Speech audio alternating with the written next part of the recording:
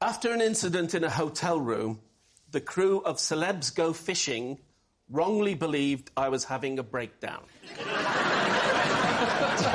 David's team. I mean, it might be the truest thing I've ever heard, Les.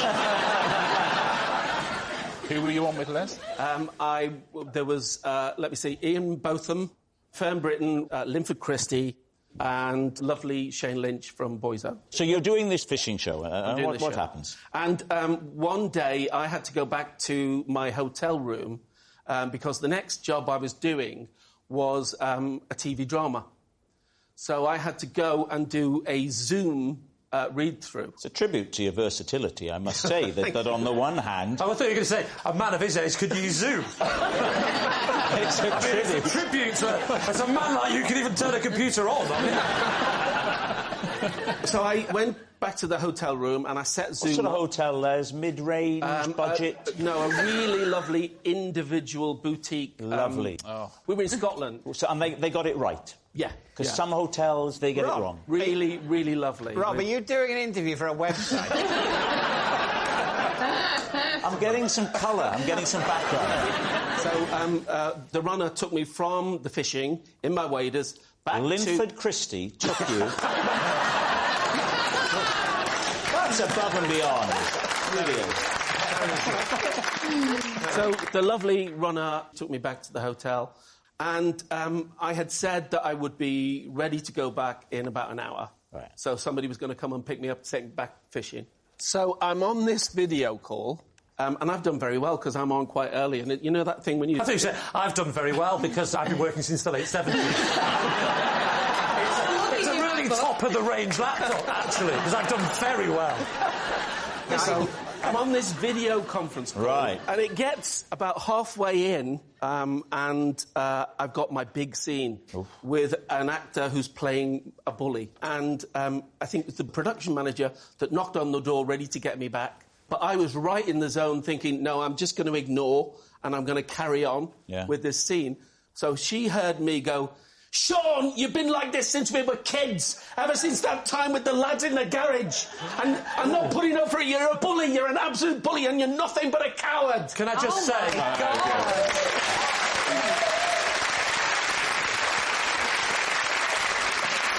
tell you what, all I can say is thank God it was a straight offer and not an audition.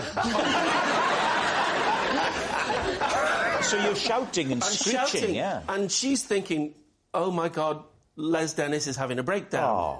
And so she goes downstairs to call the producer.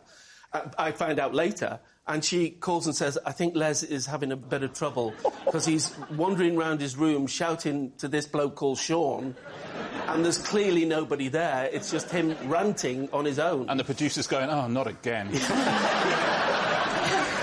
What are you thinking, Lou? I think it's truth. You don't just think it's true, you think it's truth. I think it's true. But then again, I'm not really sure.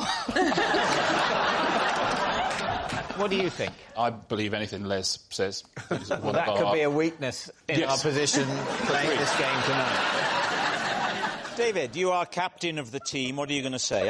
They think it's true. I think it's true as well. And if it's not true, I can only hope that you will be offered a drama like that if you haven't already been, because that was a great audition for it. So. Les, were you telling the truth or were you telling a lie? I would like to say that I was telling the truth. OK, well, I'm still blind. Neither of my PPIs work. So, David, would you save us all a lot of time and read my card out for me, please? Gladly.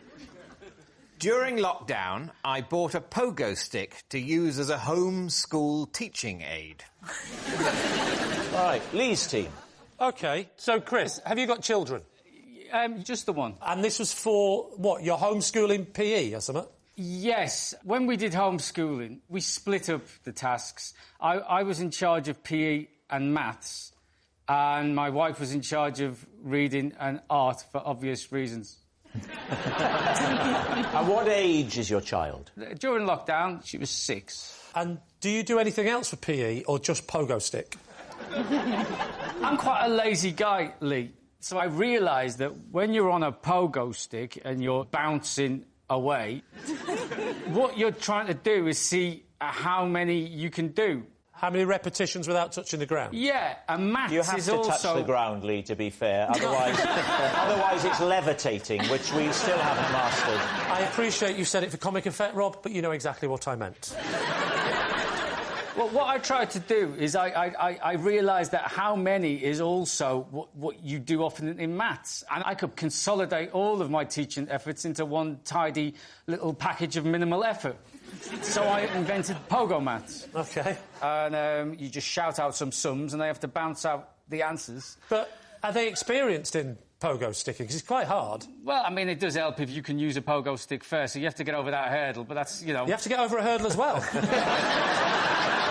I appreciate you said that for comic effect.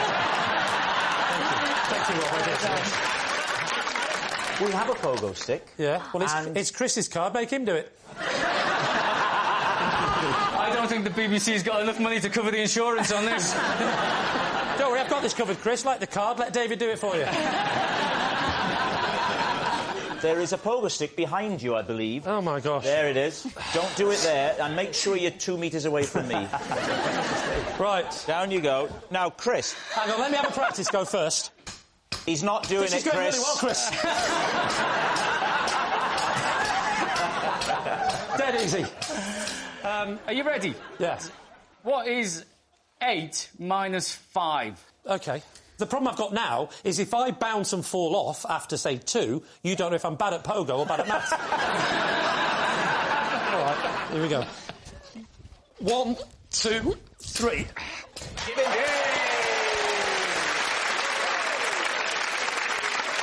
Well, this is good because you've got to get them all right if you want to do dinner tonight. Shall I just see how many I can do? Yeah, let's see how many you can do. I'll try and jump up onto that. How about that? No. Don't do it, Lee, don't do it! 1, 2, 3, 4, 5, 6, 7! I've got no idea what's going on. So, having experienced it... Yes. Do you think he's telling the truth? What do we think? I didn't know they still did pogo sticks. Oh, yeah. Oh, yes. Imagine how hard you could hit the ball with a spring-mounted snooker cue. I mean, that's a good point. Yeah. So what are you thinking about this story? The more I think about it, the more I think it wouldn't work, because the white ball's going to spin back. No. We're talking now about the maths and the pogo. Right. Do you reckon it's true? I think it's true that Chris is lazy. I'm not really blind, it just gets me out of doing things. Listen, tell me about it, mate. I do it all the time myself. How do you think I park so close to Sainsbury's? I think he's lying. You think he's lying? I think he's lying as well. You think he's lying? Well, we'll go with my team and say he's lying. OK, you're saying it's a lie. So, Chris, maths on the pogo stick. Was it true or was it a lie? Pogo maths, copyright, Chris McCausland, 2020. True. Oh! Sorry. OK. Last year, at a charity dinner, I asked Prince William to fetch me a drink because I thought he was a waiter. David's team. So describe the scene. How many people are at this dinner? 30? Maybe 40? OK. Had you ever seen Prince William before? I have, and I actually used to be such a big fan of him in the 90s when he still had hair. Raj, I am so sorry. We invited her on the show. We had no idea. So what happened then? Talk us through the chain of events. We were at... Oh, what's this place called? Balmoral. What? What's this place called? You were at Balmoral? We were mingling. I always get really hungry at these events, and I'm just busy shoving my face into the canapes. And then one got a little bit stuck in the wrong pipe. So I was half choking, basically. Okay. It was a terrible situation. So I just tapped on some shoulder, and, I mean, it was a balding man. How did he respond? He was like, oh, my God, here, are you OK? I was so embarrassed. Let's reenact it. I'll be Prince William, of course, and you be you. So you start having your little coughing fit. Yeah. I'm just stood here talking to friends. I mean, it's an absolutely wonderful event. It really is, isn't it? Yes, I mean, gosh, crikey, gosh, I think it's... You're doing Hugh Grant. It's the closest I have to Prince William. Right. I do it as Ronnie Corbett. Yes, I think that... We're having a wonderful night.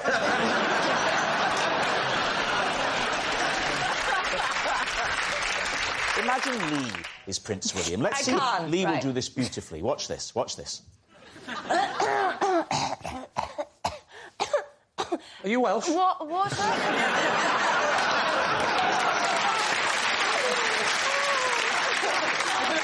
So what are you going to say, David? I'll tell you one of my issues with it. Go on. I have a few issues. Well, firstly, the location. Yeah. Balmoral. Yeah. Now, that's... You don't often see royals there, do you? Well, no, but I don't think they hold many charity events for 50 people there. I think that usually happens at other places where the royals sort of come in and are the honoured guests. What about Racing Raj? What do you think? Well, I think she could have been there, but the fact is, for me, that she didn't recognise him. Just another bald guy to her. No words, not mine. So what's it going to be?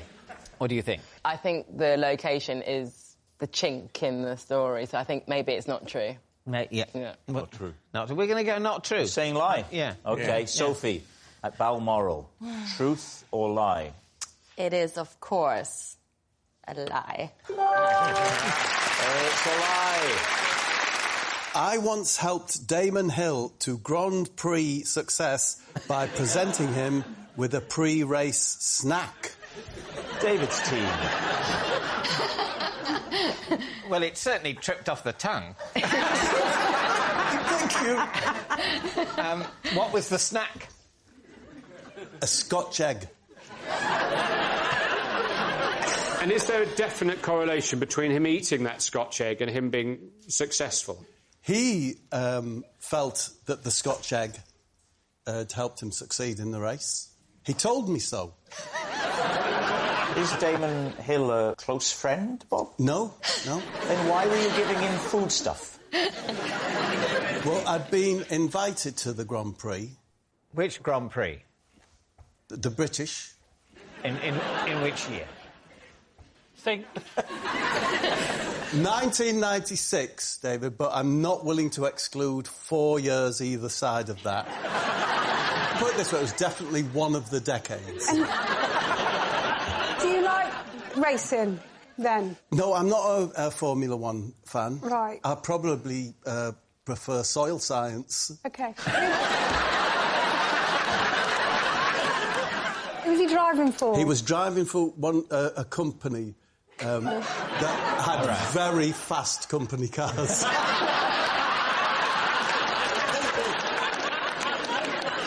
So, why were you permitted access to a major racing driver? Because his manager, Shane Tobacco... I can't remember his name. Can't remember his name. Shane, or whoever it was also with another bloke, you know, benefiting from hospitality. What was his name? Let's say Top Heavy Ken. Right. But I remember we went upstairs on the bus. Damon was there. He had a bed in there. Like a sort of Winnebago. Yeah. And it had, you know, mugs with I love cars, I love handbrakes, I love headrests. And this is the day of the race. David, this is just like an hour and a half before the race. An hour and a half before the race. You've turned up an hour and a half early, because even though you're more into soil science, you want to soak up the atmosphere with a good hour and a half of waiting before the televised traffic begins. Yes. So you turn up. The last thing Damon needs before a race is any quiet time. He just wants a bit of hubbub on his bus. Were there any other people there apart from you and Shane and Damon? I was with my wife as well, yeah. OK. And... Top Heavy Ken. So me and the wife went up. I think when you go to someone's home or their Winnebago or whatever, you should... Do you know, like, if you're going to a dinner party at someone's house, you'll always take them a bottle of vinegar, yeah? So your gift to thank him for the hospitality was a Scotch egg? No. I call it pocket meat. Whenever I'm away from the house, I have pocket meat.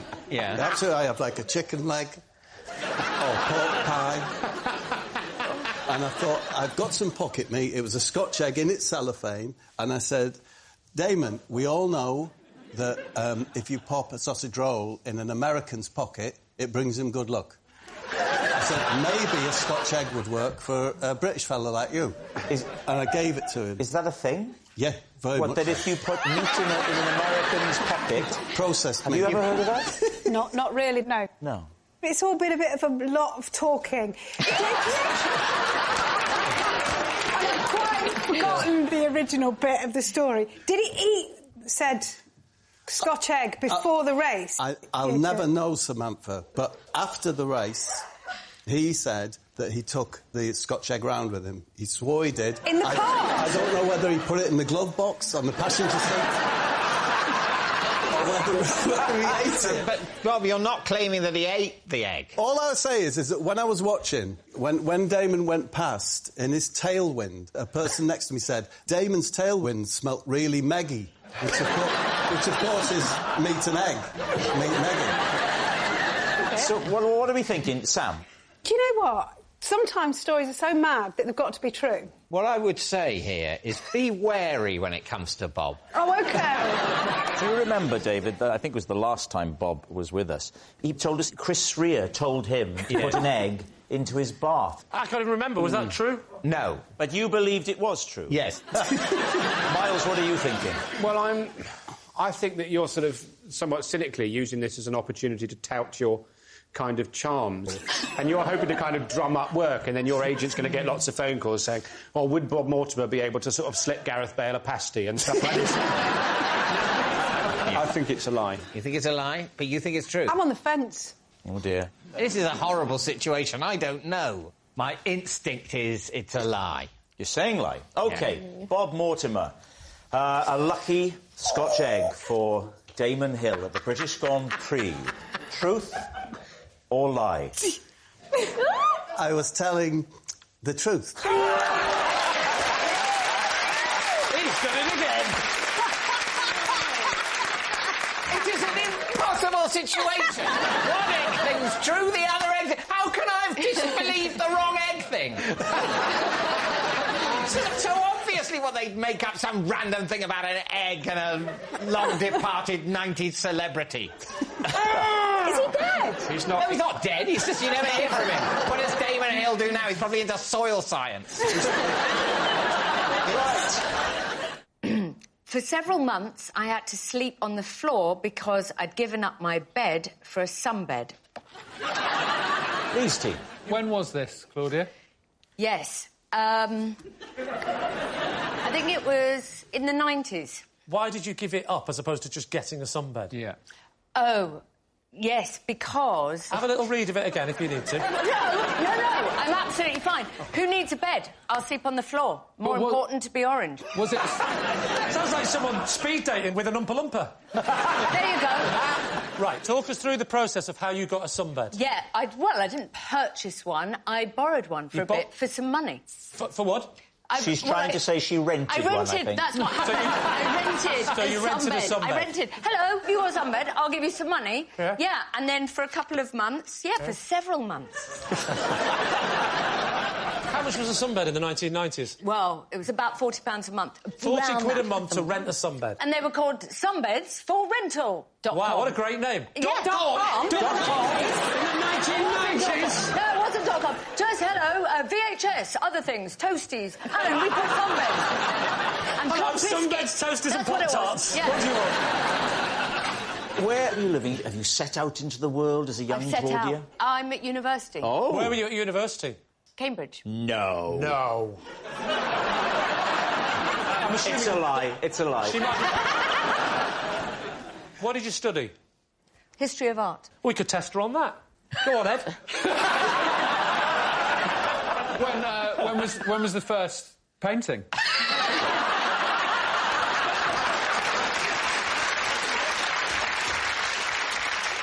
So where was this room? Was it in a campus block? No, it was in a road. Just a room in a road? Was it surrounded at all by a house? It was in a house. Did you sleep on the floor next to the sunbed? Curled up like a mushroom. That's how I sleep. Well, you're probably under the lamp too long. Did you ever bring anyone back after a night out? I had quite an unsuccessful love life at university. Were there just men leaving more tanned than when they came in? Kate, what do you think? Well, it's tricky, isn't it? Because the way she's stumbling and hesitating could be a complete, red herring. Could Orange herring. I'm going to go lie. The thing is, Claudia's been on the show many times before, and sometimes she tells the truth, sometimes she lies, but what I've learnt about her is she doesn't know what's going on in her own life. Have you got one now at home? No, because I found a new way. What's the new way? Being spray painted. Once a week, twice a week during Strictly. I had a spray tan once. You had a spray tan? Yeah, when we did the trip to Greece, they wanted us to look a little bit tan before we went, so a girl came round to my house, set up what looked like a crime scene tent in the, there you go. in the living room, put paper pants on me, and went... She actually put them on you? Will I never get them on, dear? Come on, lift your leg up. Is she telling the truth or telling a lie? I think we go true. You think it's a lie, don't you? I think it's a lie. I think it is true. You're going to say true? OK. Claudia, was it the truth or was it a lie? It is true. Possession. There'll be a box at the side of your desk. Yep. Take the item out of the box, put it on the desk, and once you've done that, read the card if you would. This is my sports bag, and halfway through signing it, I told Pele to put his pen down because I thought he was ruining it. Please, team. Well, that's very interesting. Is that a Brazil bag? It's actually a New York Cosmos bag. Oh, of course. So when did you meet Pele? Well, Pele was the face of New York Cosmos. They paid him a lot of money to sort of front the rebranding of New York Cosmos. And also the face of impotence. Yes, he is. Yes, that's true. Pele was put up for an interview. What year was that? Probably about 2011. So you already had that bag? No. This was the bag that they gave you as like a goodie bag when you went to the press conference. Was there stuff inside it? There was some pencils and... There were. There were some pencils. There was what did pencils. he say? He said there was some pencils. I meant to say there was a pencil. Were there any pencils or not? There were pencils in there. Oh, right. Yeah. See, there was pencils. No, you're... There were some pencils in there and a flannel. No, there were a flannel. May we have a look at the bag? I'm told it's been sanitised. But he's touched it now. I've only touched the back handle. I'm going to put my arm through it like this. I've never seen you look more handsome. OK. That's interesting. If you look there, right, that says PE. Well, it's a sports bag. Exactly. Which is amazing, because the reason I didn't want him to sign it was because I wanted to use it in the gym, and now that's my gym bag with PE written on it, you see? I mean, I understand the concept of not wanting a signature if you think the bag's better, but if he started it, is it not better to finish it than have just PE? Right, so I'd taken a Brazil shirt with me. For him to sign? So I gave it to the great man, and he signed the shirt, full signature on the shirt. And I think it was like an all the best Dan Pele, OK? I didn't know his first name was Dan. I took the shirt, I turned and put it on my normal bag that I brought with me, and then when I turned back, the great man had my bag that he picked up, and without thinking, I said, "Not the bag, Pele." And, what an idiot Pele is! Put the pen down, Pele, you maniac! What must Pele have thought of you? Because this bag was given to you for free. He sort of stared at me angrily, and then he said, "No one's ever asked me not to sign anything before." Did he have a translator? No, he spoke perfect English. Really? Yeah. He does speak English. Does he? Yeah. Are you impotent? That's pretty good English if you know the word impotent. So, Dan, so at this point they're looking at you as if... And he said, "No one has asked me not to sign something before." Yeah. What happens then? I think we can see why he signed the impotence contract. Yeah. Someone just put it in front of him.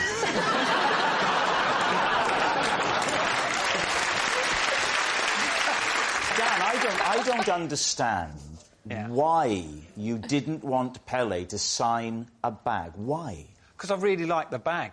Yeah, but imagine having a bag signed by Pele waiting until, God forbid, one day he passes on to a better place and selling it on eBay. So do you have a lot of signed memorabilia by people and you're waiting for them to die? Well, all that stuff I've got you to sign. All those Peep Show DVDs, I'm not watching them, that's for sure. So, what are you thinking? Sarah, do you think this could be true? No, I don't think anyone would stop Pele signing their bag. I think it's a lie. Mr. Motivator, MBE. A lie. OK. We're saying it's a lie. It's unanimous. They think it's a lie. Dan, Yes. it's a great story. Was it true or was it a lie? I can tell you that the story is true.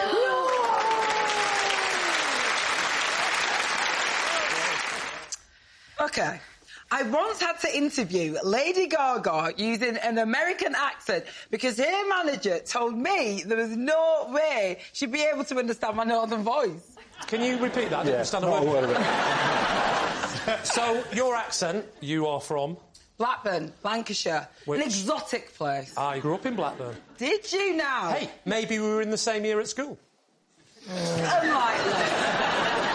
What school did you go to? I went to a school that was confusingly called Everton High School, which is in Blackburn. It's been abolished, though, hasn't it?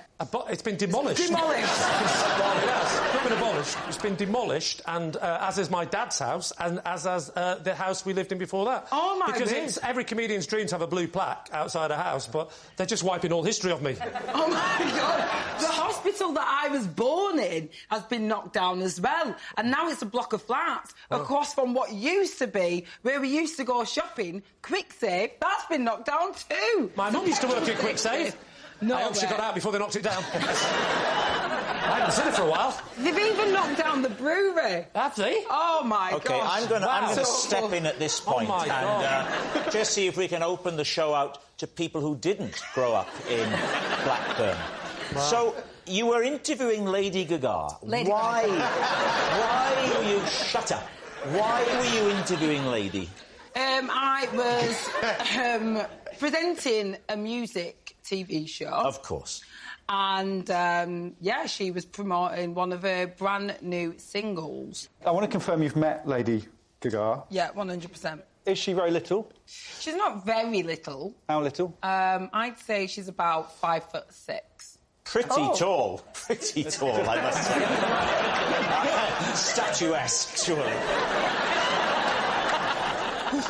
How far did you get into the interview before Lady Gaga said, I haven't understood a single word this lady has said to me? I was chatting away, asking her loads of questions, really liked her outfit. I just want a figure, just a number. Just a OK. just minutes. I'd say, I don't know, like 2 minutes. Was that 2 minutes mainly you talking about what in Blackburn had been demolished? Yeah. And when you did the American, did she do Blackburn from then on as well? Lady Gaga. All right. What are you thinking? Well, I think it's true because... Why? Well, because it's very plausible that AJ has interviewed Lady Gaga, and it's also plausible that Lady Gaga just doesn't understand more than one kind of accent. Well, here's the thing. Can you understand what she's saying? Yes, because I'm bright.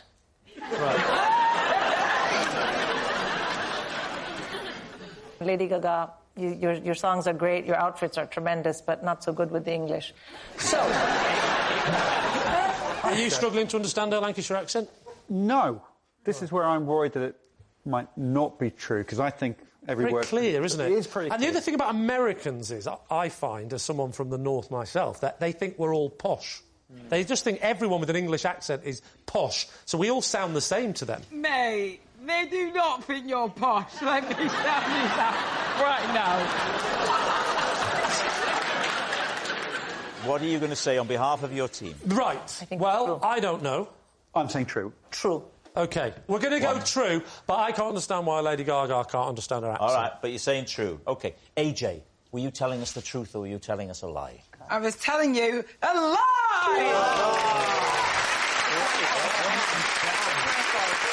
Wow. It's a lie. AJ didn't interview Lady Gaga in an American accent. I once had a race with another medical student to see who could wheel their patient to X-ray first, but in doing so, I tripped and I broke my own finger. Right, David's team. It does sound exactly like the sort of thing medical students do, doesn't it? So, paint a picture of the scene. So I had a good friend called Andrew. We frequently, as medical students, would just... You're meant to pitch in and be useful any way you can. And you thought a race was pitching in and being useful? I thought taking the patient to X-ray was pitching in and being right, useful. okay. Anyone in this room, once you're side by side with a friend, with a human, you both got a human in a wheelchair, you race. I'm glad you were still thinking of them as humans. But did they not look at you like, I've broken my leg, what are you doing? No, I don't think they needed a leg X-ray. It might have just been a repeat chest X-ray or something like that. They're recovering from pneumonia. It was probably something... It was that kind of thing. So their ability to breathe quickly at pace is better. They're not racing. They're just sitting there. like a jockey. Like a jockey. How did they respond to this kindness? They were up for it. They were up for it. It's very boring being in hospital. You're waiting for discharge... You're waiting... Oh, my God. You're waiting to go home, and so a bit of action. The medical students are fun. We'd got to know them. Bit of a race down the corridor. So what happened then? You say you broke your finger. How did that happen? I hadn't wheeled anyone fast before, and a wheelchair pivots hard. And so once I started to turn to to save the person in the chair... Of course, you were in this to save lives. To save the person in the chair, I then had to stop quickly and tripped over. Did you have it X-rayed? Yes. Did you push ahead? Go, never mind these guys. This is just their second congratulations on kicking pneumonia X-ray. There's a total waste of public money, if you ask me. Do my finger. Embarrassingly, I think I did. So what do you think? Is he telling the truth, Roisin? Yes. Thank you. Roman. I don't know if it's necessarily something that he personally did, or if it was something that he'd heard about that had maybe happened. And he dines out on it. Yeah, so I might go with a lie. I know, Roisin says this is down I think to it's a you. lie as well now. I've changed my mind. What made you change your mind? Because it's a story. It's very conveniently about being a doctor. And that's what he is. But thought about another way, because he is one, he might have stories about being one. You think it's a lie now? What do you think? I think it's true. I thought it was true from the start. OK, they're saying it's true. Zan, truth or lie? It is a lie. I once got the giggles on the One Show when I accidentally destroyed a priceless historical artefact. Please do. What was the priceless historical artefact? It was a letter. Which letter? There's 26 to choose from. A written letter. So who was the letter to him from? To some soldiers from King George. How did you destroy it? So I was going through a little phase. Was it that phase? It was that phase, but it wasn't that phase. Right. It was a phase where I was drinking green tea. So I had a pint of green tea. A pint? A pint. Proper old-school Welsh. Doesn't matter what it is, it has to be in a pint. Where were you hiding it on the set? It was rehearsal. Yeah, but... So no need to hide. Whoa, whoa, whoa, whoa, whoa. I've seen the One Show, and you rehearse that. I hate it. So, basically, the pint of green tea spilt all over the letter, and because, obviously, letters back in the day were written by, quills and ink, the green tea fell on the letter, and all the writing fell off. And fell off? The writing fell off? Well, it slipped off. Well, it didn't slip off. It didn't slip off. Well, it did. So what happened then? So the people from the museum who'd brought in the artefacts, the glove wearers, they start basically crying because They cried? Yeah, because it's a priceless letter. They were getting angry, and the more angry they got, the funnier I thought it was. You laughed? Well, I've got that thing, when things happen, I find it really funny. When you're not supposed to laugh. I think there's a name for it. It's called something. Yes, insensitivity. All right. What do we think? I think it's an out-and-out lie, and I don't think you'd laugh. And if letters fell off a page, I think you were just fantasising over Harry Potter. Anna, what about you? I'm going to say it's a lie. I think it's true, because I think she screams incompetence. I'll go with my team and say it's a lie. OK, so, Alex, they've said it's a lie. Was it the truth or was it a lie? It's in fact true. Yes, it's true. Alex did destroy a priceless historical artefact. One Christmas, I accidentally put the wrong address in my mum's sat-nav, and instead of driving to Lakeside, she drove all the way to the Lake District. Right, David's team.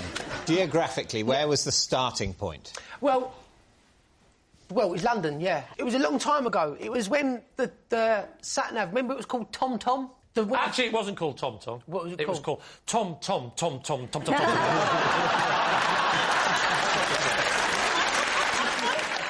So I've always had slight dyslexia as a kid, so I sort of... Oh, so maybe it wasn't a Tom Tom, maybe it was your MOT. Could have been, yeah. I think I just put it in wrong. And Well, then... yes, obviously that's not a detailed explanation of what went awry. What would you like to know? What did you type in the word Lakeside? I stuck in LA, put in the first couple of letters, and then it predicts the word for you. You put LA in, your mother drove off towards Los Angeles, and you went, stop. And you saved it with a K. Yes. And then you said, right, fine, that's fine. There can't be more than one place beginning LAK. It finished Lake Windermere, off she drove. No, I must have put in the lake, and then it filled the rest in, and I must have pressed Lake District, taking it for granted that... And you are saying, with a straight face, that your mum, was it just your mother? No, it weren't my mum. It was my mum and her next-door neighbour, Debbie. Right. They just kept driving until it got dark.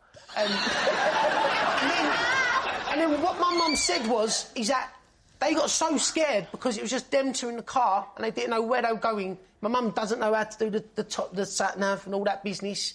That they thought it would be safer just to continue to where they were going and then just work out what to do the next day. So they went to the Lake District. They arrived in the Lake District? Yes. It took them like 6 hours. Yeah, it took what? 6 hours? Yeah, they took some wrong turns. So they had to get a hotel and stay in the Lake. I swear... Come on. I'm telling you... I have to say, we've been doing this show for many years and Rob has never in the middle of it gone, no! So after about 3 hours in, they got so far that they weren't going to come back in the same day. They were going to continue and stay where they were. Yeah. Debbie phoned her husband, which I think they should have done a lot earlier because he's a cab driver. Even if he wasn't, it would make sense, really, to make contact. So what did they do, Joe? Did they stay over there? They stayed over. And then what? I got a phone call. Yeah. They were fuming. They must have been livid. The thing was like that. My mum didn't know where anything was. She didn't know how to get to places. So she would follow that sat-nav, regardless whether it took her into the sea. She'd be in the sea. She'd follow it. And yet you put the destination in with such little care. Well, I just didn't think I was going to... Honestly, when she told me, even I was surprised. I asked the same questions as you asked, like, why didn't you come home? Why did you stay? None of it made sense to me either. But the one thing she said is that they were very scared, they didn't know where they were going, so they just carried on following the blue line to the end of the destination. And then in the morning, they worked out, I think they asked someone in the hotel they had to stay in, and then the fella reprogrammed it to come back to London the next day. Joe Lycett, what are you thinking? I think it might be true. I can see real hurt in him. It's doable. It is doable with the dyslexia thing. If it's a lie and you pick up that card, you're not going to follow through on, yes, they discovered halfway through the journey that they were heading to totally the wrong place, but decided that the thing to do was to follow through on the entire journey. It's more plausible that it happened than that Joe invented that just now. Basically, David said there's more chance your mother's stupid than you are creative.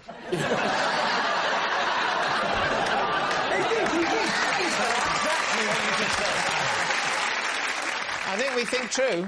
I think we think true. It's true that they drove all that way. Joe Swash, was it true or was it a lie? Yeah, it happens, yeah. Possession. Ah, OK. There's a box at the side there. Take the item out and then read the card out. OK, this is the item. Oh, right, OK. These are my Scrabble glasses. They don't have lenses in, but I wear them every time I play because they make me feel cleverer. OK, let's see. Right, David's team. So, when did you develop this Scrabble playing technique?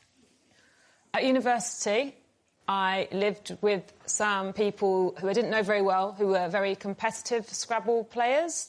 Did they wear glasses when scrabbling? They had actual glasses that they needed because their eyes weren't good. You were in a hall of residence? Or Yes. And on your little hall of residence, there were how many Scrabble players? 4.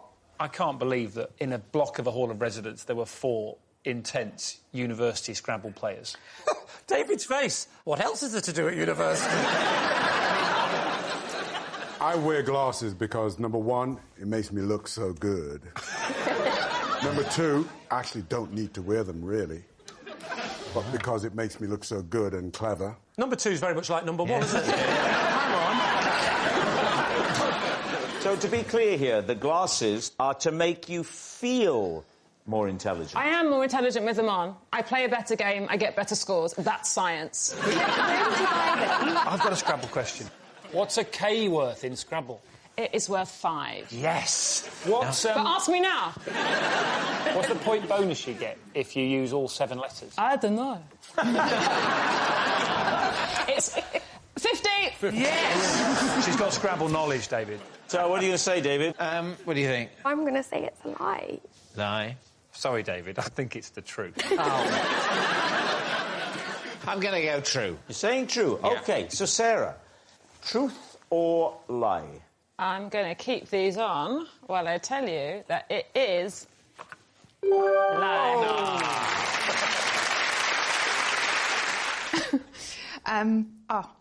A singing coach once refused to give me lessons because he said my voice was so bad there was nothing he could do for me. Please, team.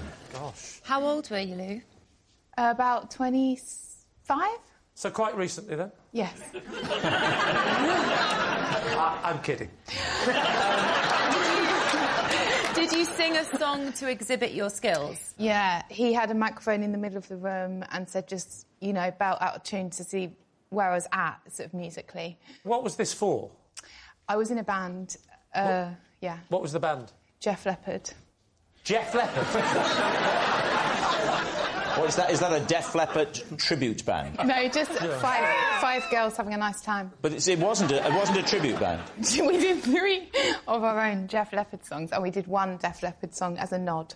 Do you remember the titles of any of those songs? Yeah, Rocking in the Evening with my friend called Stevening. I didn't know that was one of yours. How did that go? Rocking in the evening with my friend called Stevening. I mean, the range is incredible. You couldn't let the producers know that Lou's having a breakdown, could you? Was it the band's idea to send you for singing lessons? Yeah, so it's and just how me. did that conversation go? Was it awkward? No, because I knew that I was sort of limited in certain areas. I was a great front man. What do you call it? A front lady? That sounds rude. You're a great band, but I don't like the look of your front lady. What song did you do at the lesson? It was the one from Mannequin. And, you know... I'll just sing it, and then you'll know it. And we can build this dream together.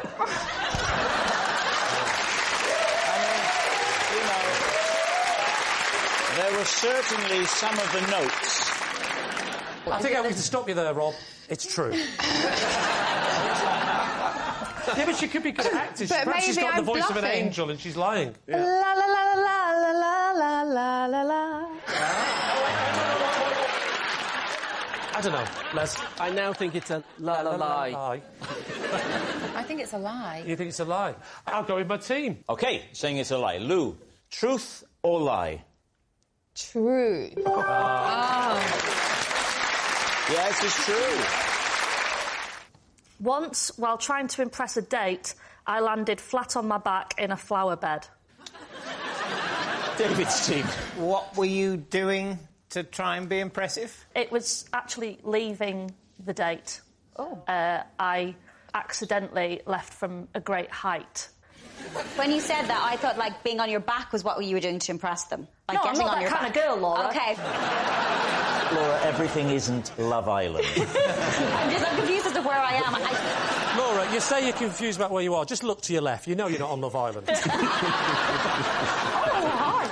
Now, tell me, Maisie, where did this happen? This was in New Zealand. New Zealand? Yeah. I got to know a guy out there, and he asked if I wanted to go back and see his record collection. Behave. We got talking about music, and we went back to his house to listen to records.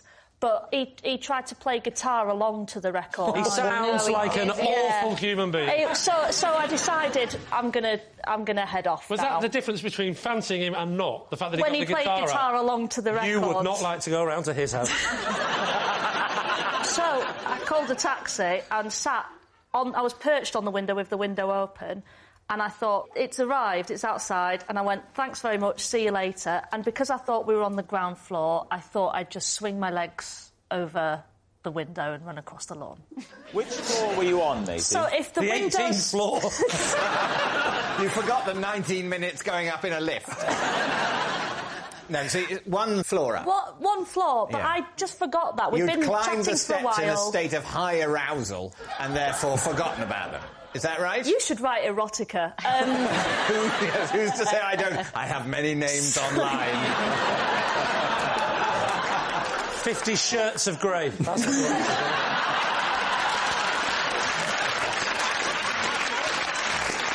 So I got a text saying your Uber's outside. I said, see you later then, and sort of twirled round, and at that moment I clocked out it was not on the ground floor.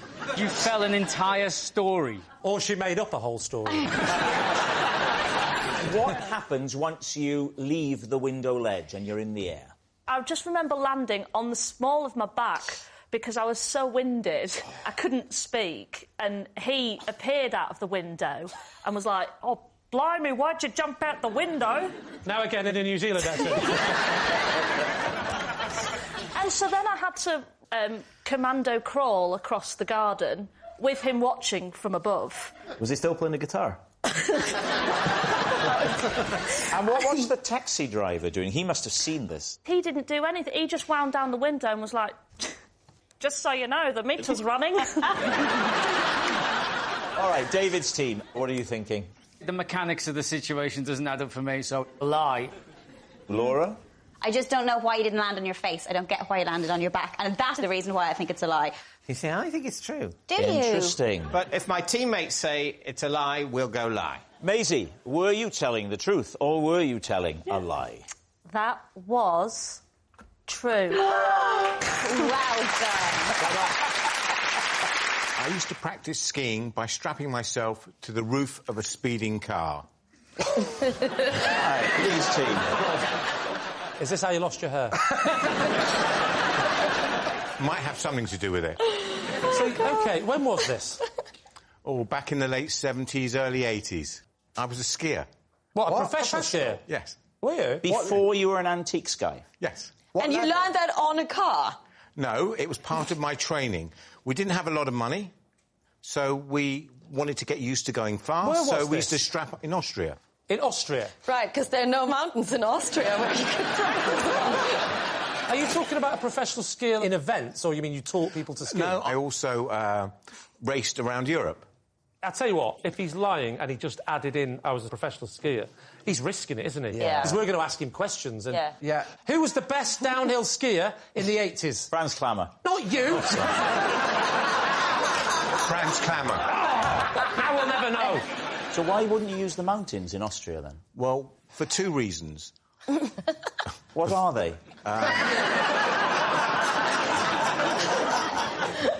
One is I would have been a danger on the slopes.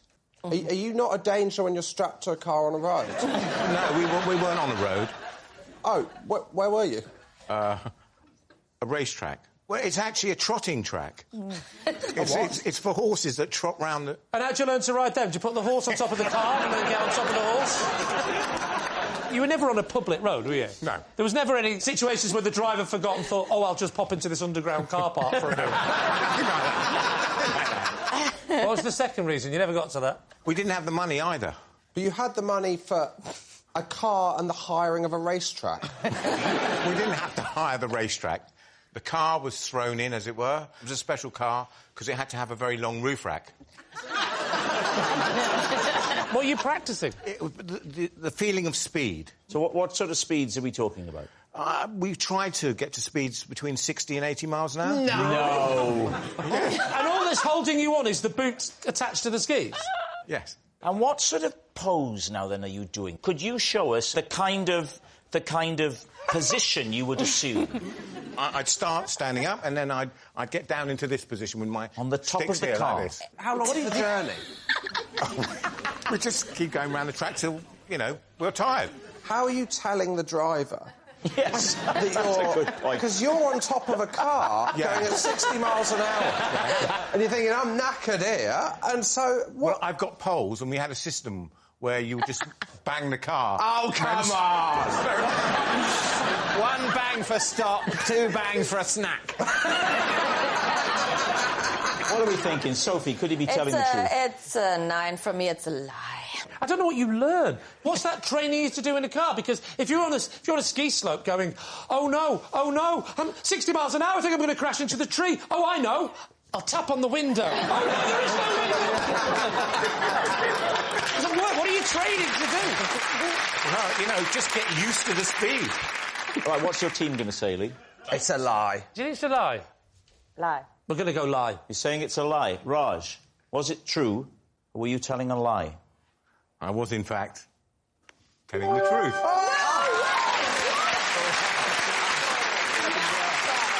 Can I just say before you start, this whole thou shalt not lie, let that go for a couple of hours. One Sunday, I embarrassed myself in front of the entire congregation after too many cups of communion wine. David's team. So, cups of communion wine. Had you over-catered and you had to finish it up? Yeah, basically that's what happens. So the rule is that if you bless the wine, it then has to be reverently consumed, is the phrase. So you have to finish it. I guess where it comes from is that, you know, once it's blessed, it sort of changes, if you like. It's not just normal wine anymore. Well, as usual, the issue of transubstantiation has come up on the show. So, obviously, if it's the blood of Christ, you can't just pour that down the sink. You've got to drink it. Because Christ wants all of his blood finished up. Yeah. So I had, like lots of vicars, I look after lots of churches, and so I had lots of services that day. Well, that must be very difficult. Yeah, well, there's lots of dashing about. You say it's difficult. It's only one day a week, isn't it?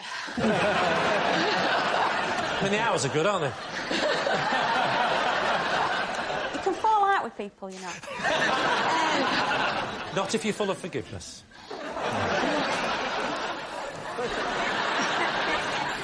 So how many have you got under you? Well, at that point, I had 3 churches that I looked after, and so I had an 8 o'clock service, a 9:30 service and an 11 o'clock service. I finished the 8 o'clock wine, and then I finished the wine at the 9:30 service, and I'd not had any breakfast that morning. Oh. So at 11 o'clock, I'd given all the wine out, like you do. Given some of the wine out, polished off the rest of it. I'd misjudged how many people might come up for the wine. Yeah. And Well, so they're probably scared of the drunken woman. If you're having a bit of blood, would you not line your stomach with a bit of body first? You'd think, right? I finished the wine, and I looked down at the cup at the same time, and there's a little floater of bread that someone had spat back into the Oh, no. And that sort of made me feel a bit queasy. And so I excused myself at that point and I went to the church loo. Oh. And so I was unwell. Oh, no. Yeah. OK. Into the loo. But you didn't embarrass yourself. You go off, you come back. Divine. Oh, yes. Where is the embarrassment? In the eyes of God. I got to the loo and I had my microphone still turned on. And that went out on the church PA system. The acoustics in some of those medieval buildings, the sound of vomiting would echo down from all the angels, the stained glass. It would be like God himself was vomiting. I'm wondering if, like, afterwards, did any of your congregation have a nickname for you or make fun of you, like, in subsequent weeks? They thought I was pregnant. And did you use that as an excuse to make you look better? Well, I wouldn't say I used it, but I didn't carry tables for a few days and move chairs. Sarah, what are you thinking? My instinct is telling me that it's a lie, because I think she's more in control than that. Obviously, I believe the thing that you've got to finish up the blessed wine. You can't just put the cork back in it. It's very difficult. I think it's a lie. You think it's a lie? I don't know. I don't know. It's impossible to know. All right. We're going to go lie. All right, you're saying lie. Might be true. We accept that it might be true, but we're going to go lie. So, Kate, was it true or was it a lie? It was true. Well done, Kate. Sorry. Last year, I bought a suit of armour from an antique shop. Then had to wear it home on the train because it was easier than carrying it. David's team. OK. Where was the antiques shop? It was in a street near Leicester Square. There's a little side passage full of antique shops and the like. Were you planning to buy a suit of armour that day? Absolutely not. I mean, who does? Why did you buy it? Well, there was people firing arrows at me. They're on fire. What are you supposed to do? So we've all done it. We've all been to London. Were you planning... Watch a show, have a kebab, then it starts, doesn't it? Were you planning to buy an antique that day? No, I was not planning to buy anything, but I've always fancied a suit of armour. What sort of suit of armour was it? From what era? From what... Oh, it was a proper original one from the 1950s. Was it a sort of theatrical prop, perhaps? That's exactly what it was. It was from a show... Yes. In the West End. In the West End. What was it called? It might have been A Room for Two Nights. And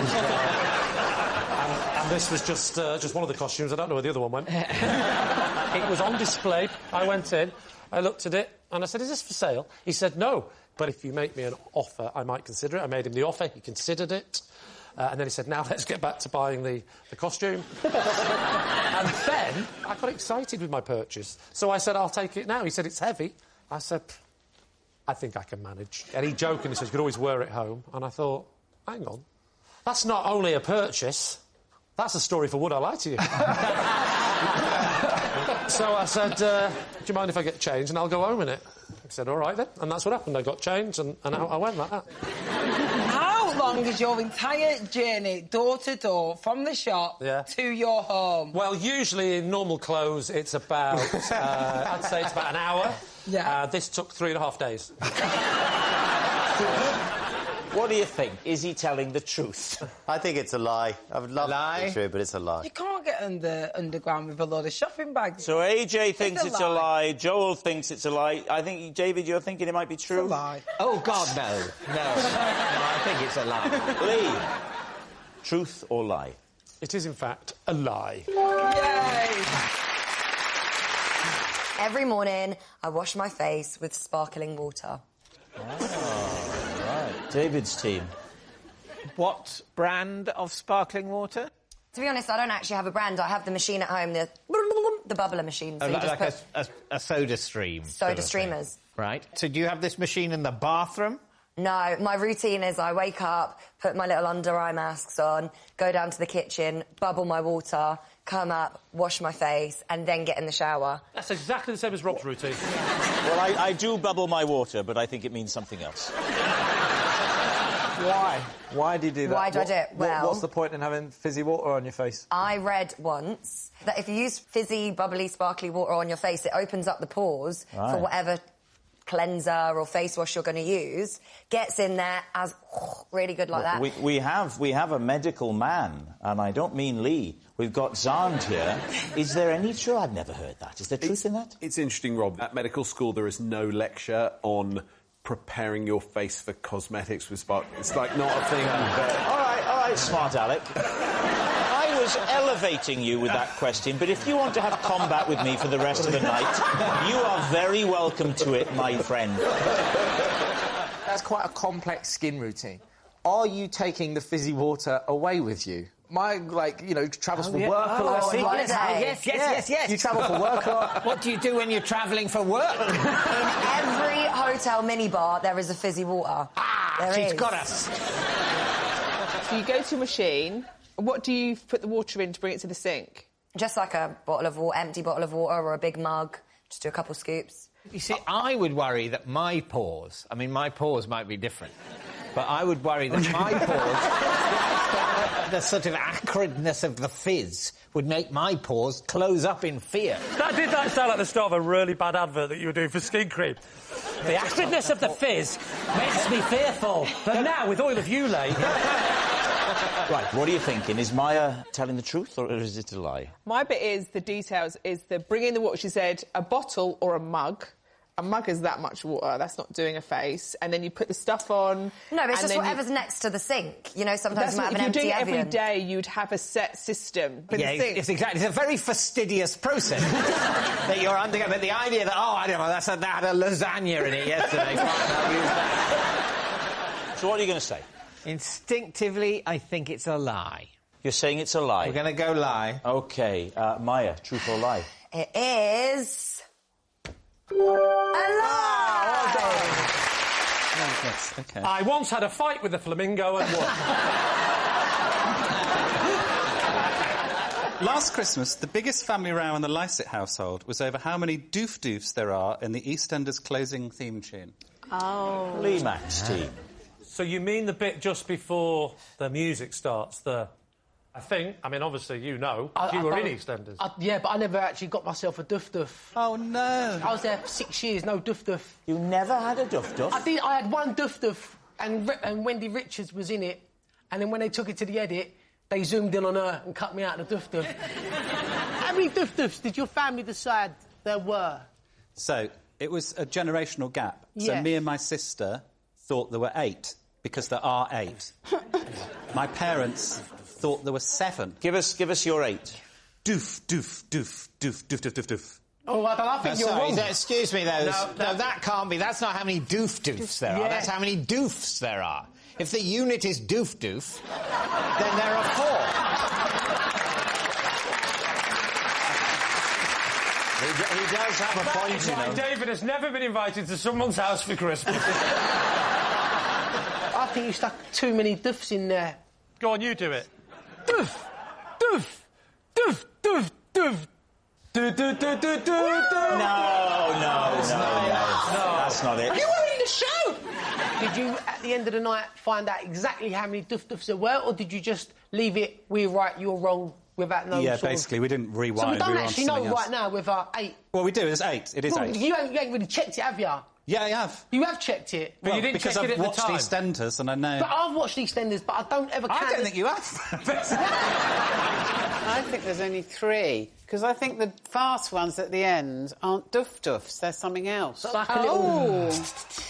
I'm sort of with Joe. I think it's probably 2 to 2.5 doof-doofs, or 4 to 5 doofs. What's a before the half-doof? nature, the nature of the noise changes such that it can no longer be labelled either a doof or a half doof. So, yes. Well, bearing that in mind and knowing your love for music, give us your rendition, then, of the end drum. Now, I feel that would be... I'd be humiliated. Would you like me to give you a lead-in, a dramatic moment? No, thank you. This is Elsie, who works in a laundry. Who's Elsie? She was never in EastEnders. She's a character that I've created. Well, what about Dot Cotton? Yeah, you look a bit like Dot Cotton. You do a bit. You've got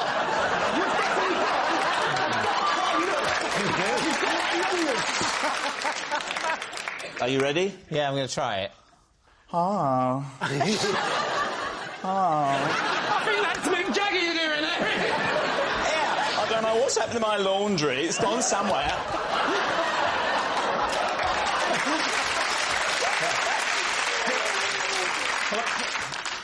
Doof, doof, doof, doof, doof, doof, doof, doof.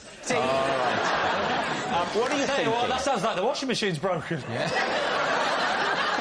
See, I think after about 5 minutes, I would have just gone to the YouTube and had a little look on there. I think he's lying. I always like to go counterintuitive, so I'm going to say I think he's lying as well. Yeah. OK, I'm going to have to say lie. You're going to have to say lie. OK, Joe Lycett, truth or lie? It's a lie. Oh, very good, guys.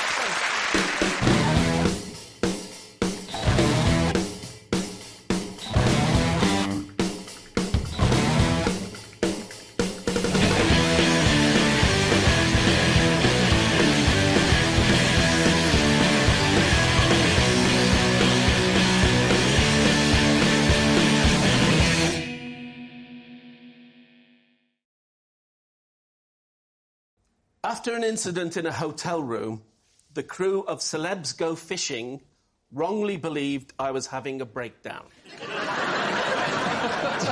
David Steve. I mean, it might be the truest thing I've ever heard, Les. Who were you on with, Les? There was, let me see, Ian Botham, Fern Britton, Linford Christie, and lovely Shane Lynch from Boyzone. So you're doing this fishing show, what show. happens? And one day I had to go back to my hotel room because the next job I was doing was a TV drama. So I had to go and do a Zoom read-through. It's a tribute to your versatility, I must say, that on the one hand... I thought you were going to say, a man of his age could use Zoom. It's a tribute. It's a tribute to... As a man like you can even turn a computer on. So I went back to the hotel room and I set Zoom... What sort of hotel, Les? Mid-range, budget? No, a really lovely individual boutique. Lovely. We were in Scotland. So, and they got it right? Yeah. Because some hotels, they get Rob, it wrong. Really, really lovely. Rob, are you doing an interview for a website? I'm getting some colour. I'm getting some background. So the runner took me from the fishing in my waders back Linford Christie took you... That's above and beyond. Brilliant. So the lovely runner took me back to the hotel, and I had said that I would be ready to go back in about an hour. Right. So somebody was going to come and pick me up and take me back fishing. So I'm on this video call, and I've done very well because I'm on quite early. And you know that thing when you... I think you said, I've done very well because I've been working since the late 70s. It's a really top-of-the-range laptop, actually, because I've done very well. So I'm on this video conference call, right, and it gets about halfway in, and I've got my big scene with an actor who's playing a bully, and I think it's the production manager that knocked on the door ready to get me back. But I was right in the zone thinking, no, I'm just going to ignore and I'm going to carry on with this scene.